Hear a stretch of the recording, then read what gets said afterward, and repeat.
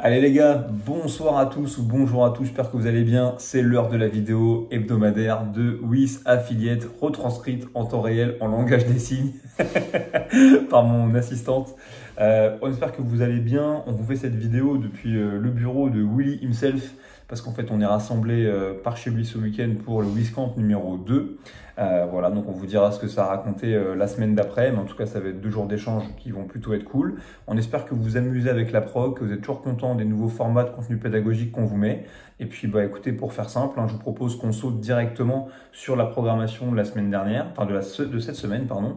On a fait la semaine dernière sur les ROG pour créer un petit peu d'animation dans la box, utiliser toujours un peu la compétition comme support pour créer un thème et s'amuser un petit peu. Et donc là, on a repris encore une nouvelle fois cette idée avec à nouveau la grosse compétition qui est dans l'actualité, qui est le Wodapalooza. Donc une nouvelle fois cette semaine, vous allez voir lundi, mardi et mercredi plus ou moins. Ce sont des WOD qui sont librement inspirés des WOD de qualification des Wodapalooza.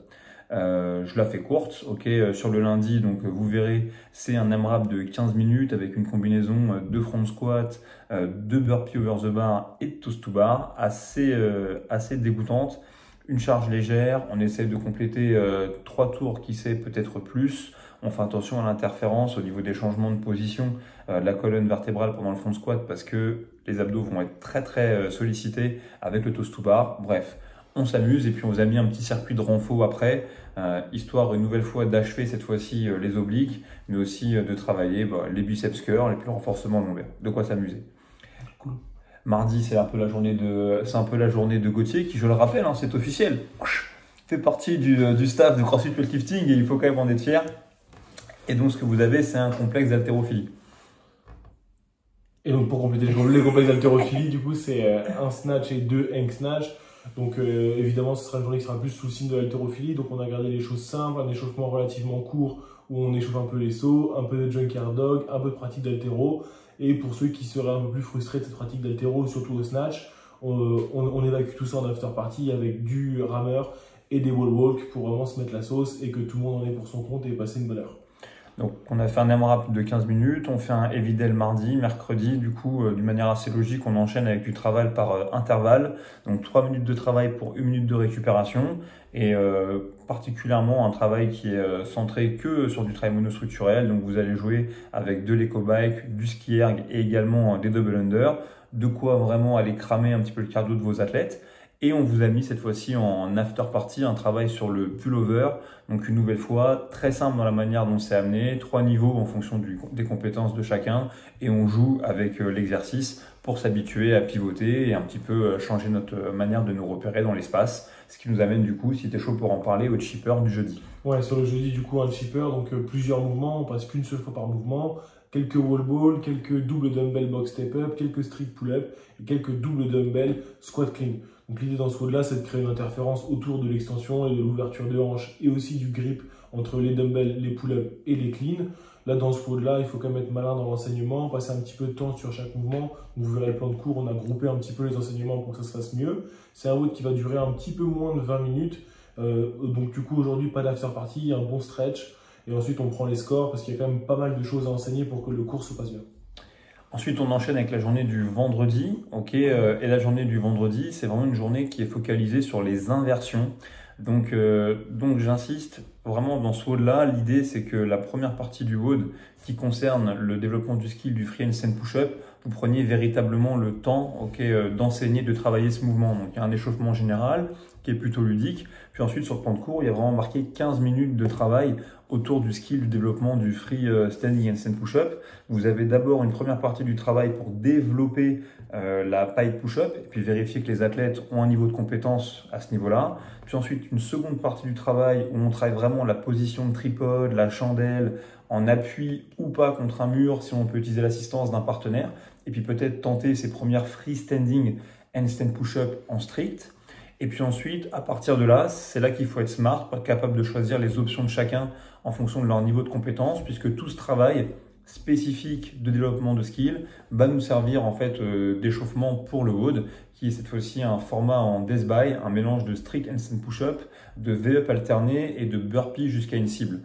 Donc à nouveau, vous verrez différents scénarios. Mais n'oubliez pas, surtout pour les athlètes qui ont quelques strict handstand push-up, mais peut-être pas un gros volume. Là, on vous met un format du type 3-3-3, 6-6-6, 9-9-9. Mais n'oubliez pas, vous pouvez complètement faire 2-2-2, ou même peut-être, si c'est vraiment du basique, faire 1-3-3, 1-6-6, 1-9-9 pour vraiment faire en sorte que les athlètes puissent faire le mouvement RX autant que possible. Et puis, je vous ai mis une after party qui est optionnelle. Vraiment, moi, je préférais que vous ne la fassiez pas tellement vous avez utilisé le temps du cours pour travailler le handstand push-up et vous amuser avec ça. Néanmoins, si vous avez travaillé court, il y a un after party à base de chin-up et de biceps curl, de quoi créer de l'interférence avec le WOD de samedi. Magnifique.